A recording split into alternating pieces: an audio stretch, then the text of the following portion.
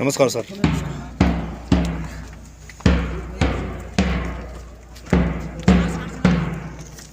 सरकारी कर्मचारियों से मैं अनुरोध करूंगा कि वे भी अपना स्थान ग्रहण करने की कृपा करें।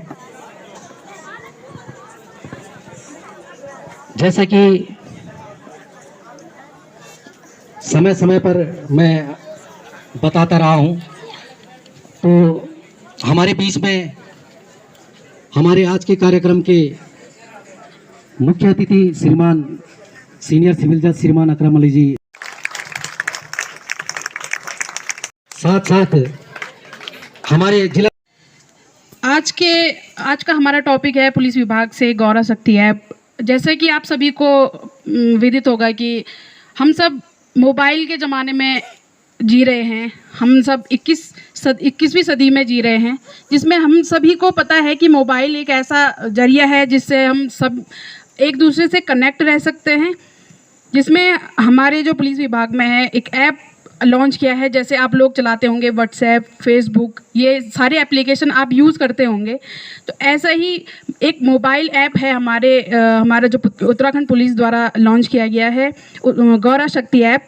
जिस ऐप के द्वारा आप अपनी कंप्लेन घर बैठे ही अपने मोबाइल से कंप्लेन, कोई भी आपको कोई शिकायत होगी, कोई आपके साथ कोई अपराध घटित हो रहा होगा या आपके आस पड़ोस में कोई घटना घटित हो रही होगी, तो आप उस ऐप में कंप्लेन कर सकते हैं। और उस ऐप के ज़रिए एक SOS, एक इमरजेंसी कॉल का भी उसमें सिस्टम है, जिसमें आप उसमें कॉल कर सकते हैं।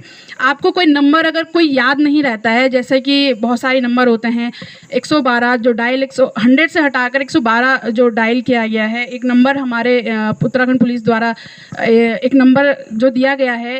100 नंबर सबको पता होगा, बच्चों को पुलिस का जो नंबर होता है 100 नंबर सभी को पता होगा, पता है।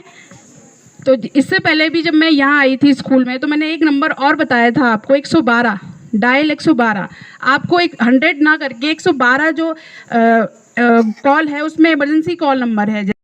विद्यालय की प्रिंसिपल मैम से भी मैं निवेदन करूंगा कि SDM साहब को धन्यवाद सर।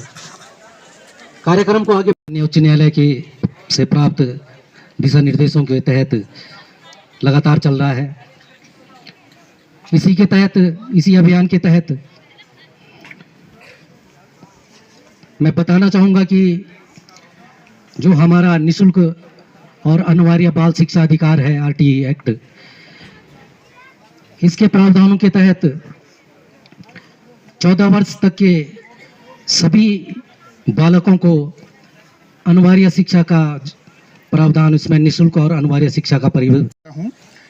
भारत सरकार द्वारा 75 लाख लोगों को निःशुल्क गैस कनेक्शन देने की योजना फेज़ 3 चालू हो चुकी है। आप लोग इसका लाभ ले सकते हैं। इसके लिए आपके लिए आवश्यक है कि एक आपका आधार कार्ड, बैंक पासबुक, परिवार रजिस्टर की नकल, 2 फोटोएं आपको अपने गैस एजेंसी में प्रस्तुत करनी होगी। और ये ध्यान रखना होगा कि आपके नाम पे पहले से कोई कनेक्शन नहीं होना चाहिए। इस तरह से आप इस योजना का लाभ ले सकते हैं।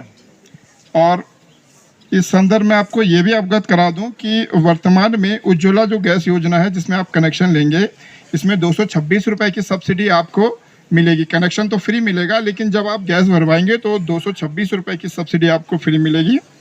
और जो हमारे अंत्योदय कार्ड धारक हैं उन्हें साल में 3 गैस सिलेंडर फ्री मिलेंगे। आपको पहले पैसे देकर सिलेंडर भरवाना पड़ेगा और आपकी सब्सिडी आपके खातों में आएगी। इस योजना के अंतर्गत आप किसी भी तरह का बिजनेस कर सकते हैं और इसमें गाय पालन, बकरी पालन और पोल्ट्री फार्म ये भी कर सकते हैं आप। इसमें जो है सब्सिडी वाली योजना है ये, और इसमें 20% जो है सब्सिडी है। इसको आप ऑनलाइन भी भर सकते हैं।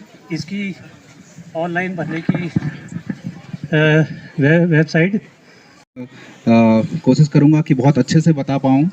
थोड़ा संक्षेप में बताऊंगा, पर जिन भी योजनाओं को बताऊं अच्छे से बताऊं ताकि आप उनका ज़्यादा से ज़्यादा लाभ उठा सकें। तो सबसे पहले तो आजकल जैसे हम देख रहे हैं कि हमारे यहाँ पे कोदे की कटाई चल रही है, तो आप लोगों को पता होगा अभी सरकार ने स्टेट मिलेट मिशन लॉन्च किया है। किसी को पता है स्टेट मिलेट मिशन? वैसे बहुत जगह प्रचार हुआ होगा और आप लोगों को पता भी होगा। स्टेट मिलेट मिशन में ये है कि आपका जो कोदा है उसको सरकार खरीदेगी। साधन सहकारी समिति के माध्यम से सरकार द्वारा आपके कोदे को क्रय किया जा रहा है, और जिसमें आपको कोदे की कीमत जो मिलेगी वो 38 रुपया 46 पैसा प्रति किलो। जबकि आज से 5-7 साल पहले अगर हम जाते हैं तो 10-12 रुपये किलो बिकता था हमारा कोदा, बिकता था ना 10-12 रुपया। अगर आप लोग हाँ ना नहीं बोलेंगे, देखिए समझ में नहीं आएगा कि आप लोगों को समझ में आ रहा है या आप लोग सुन रहे हैं या सुन पा रहे हैं। ठीक है, थोड़ा बहुत अगर कोई हमने से पूछता है तो आपको थोड़ा बहुत हाँ या ना में खाली सर ही हिला दीजिए, उससे पता लग जाएगा।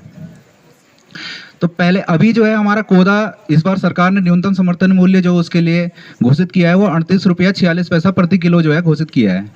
और अगर समूह के माध्यम से हम जो है इस कोदे को ले जाकर के बेचेंगे साधन सहकारी समिति में तो 1.5 रुपया प्रति किलो आपको अलग से बोनस दिया जाएगा। तो यानी कितना कीमत हो गई अब? 39 रुपया कितना हो गया? हाँ, 39 रुपया 96 पैसा, यानी लगभग 40 रुपया आपका प्रति किलो जो है कोदे का आपको मूल्य मिल जाएगा। तो आप सबसे ये गुजारिश है, अपने जो अन्य आपके जो है रिश्तेदार दूसरे गाँव में भी रहते होंगे उनको भी ये समझाइए कि इस बार ज़्यादा से ज़्यादा जो है आपने कोदा साधन सहकारी समिति में जो है बेच कि सभी को शिक्षा मिलनी चाहिए।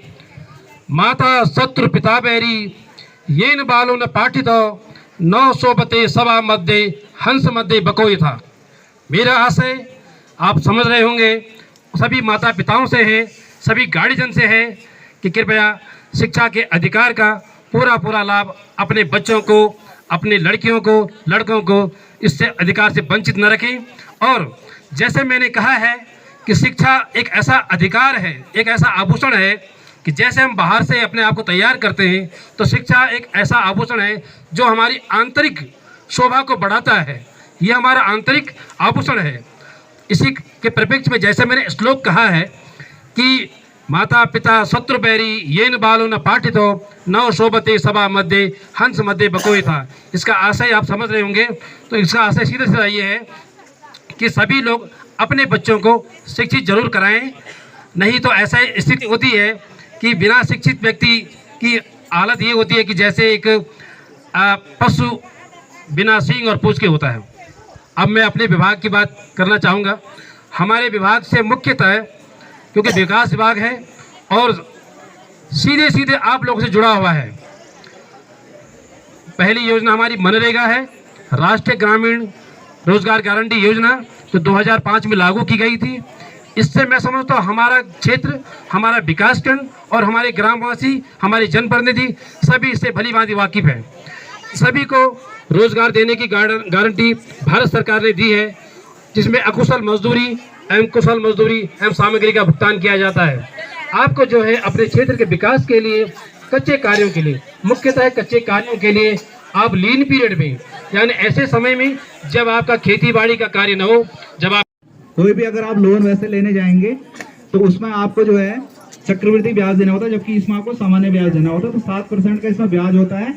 7% के ब्याज में से अगर डिस्ट्रिक्ट लीगल सर्विसेज अथॉरिटी के द्वारा आज हमारे थलीसैंण के बगवाड़ी इंटर कॉलेज में जो लीगल एड अवेयरनेस कैंप लगाया गया है, उसमें इस कैंप के चीफ गेस्ट ऑनरेबल सिविल जज सीनियर डिवीज़न साहब को मैं हार्दिक स्वागत करता हूं। और सर, सबसे पहले मैं आपको थैंक यू कहता हूं कि आपने थलीसैंण जैसे इंटीरियर इलाके में बगवाड़ी में ये कैंप लगाने का सोचा, और आपकी पूरी टीम को सर बहुत धन्यवाद। कि क्योंकि सर कई बार क्या होता है कि यहाँ का जो सिस्टम है या सिनेरियो है वो ऐसा नहीं है कि एक प्लेटफॉर्म पर यहाँ के लोगों को सारे अधिकारी मिल जाएं। तो कई बार ऐसा होता है कि अधिकारी लोग कुछ लोग अपनी परेशानी लेकर अधिकारियों के पास जाते हैं, तहसील में जाते हैं, ब्लॉक्स में जाते हैं, अलग डिपार्टमेंट्स में जाते हैं, पर वहाँ पर ऑफिसर्स के ना होने की वजह से काफ़ी दूर से उनको वापस लौटना पड़ता है। तो इस तरह के कैंप सर होने भी चाहिए, और ये इस तरह के कैंप्स एक तरीके की सुविधा दे रहे हैं कि जब सारे विभाग एक ही छत के नीचे उपस्थित हैं तो निसंदेह ये यहाँ के लोगों के लिए बहुत बड़ा अचीवमेंट है।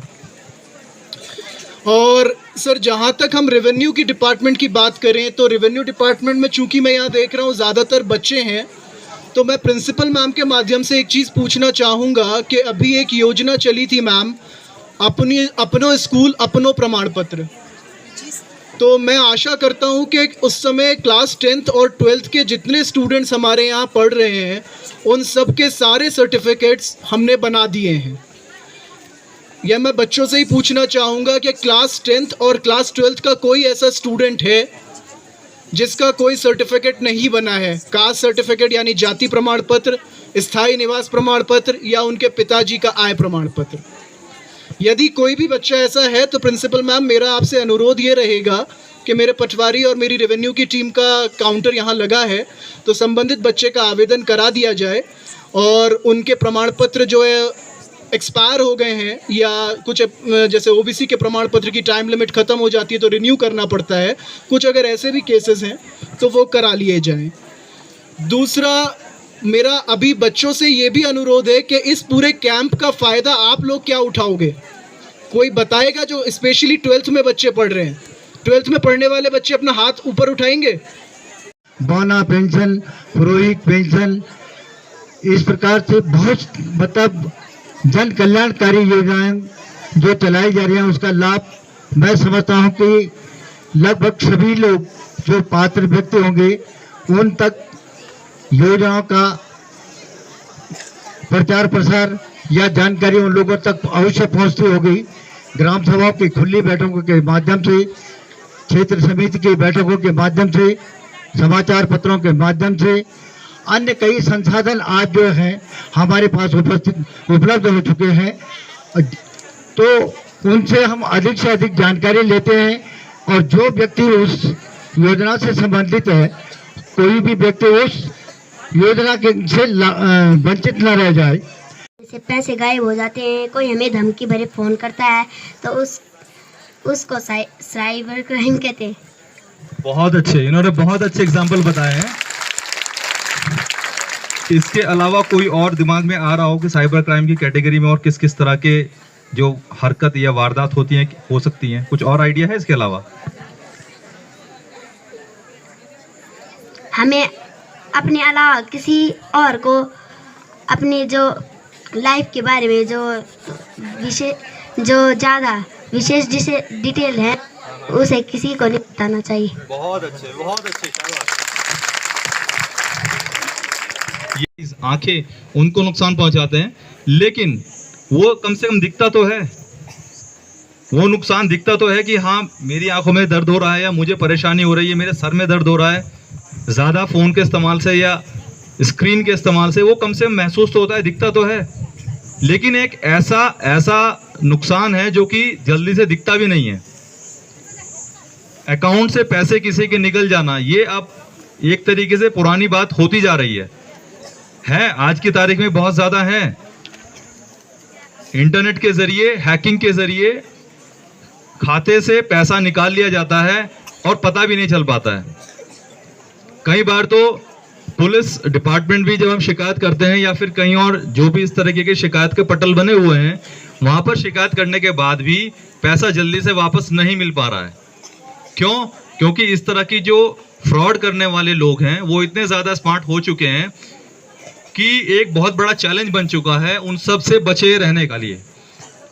पुलिस भी हमारी लगातार मेहनत करती है, कोशिश करती है, लेकिन कई मामलों में कामयाबी मिल जाती है, लेकिन ऐसे बहुत सारे मामले जिनमें कामयाबी नहीं मिल पाती।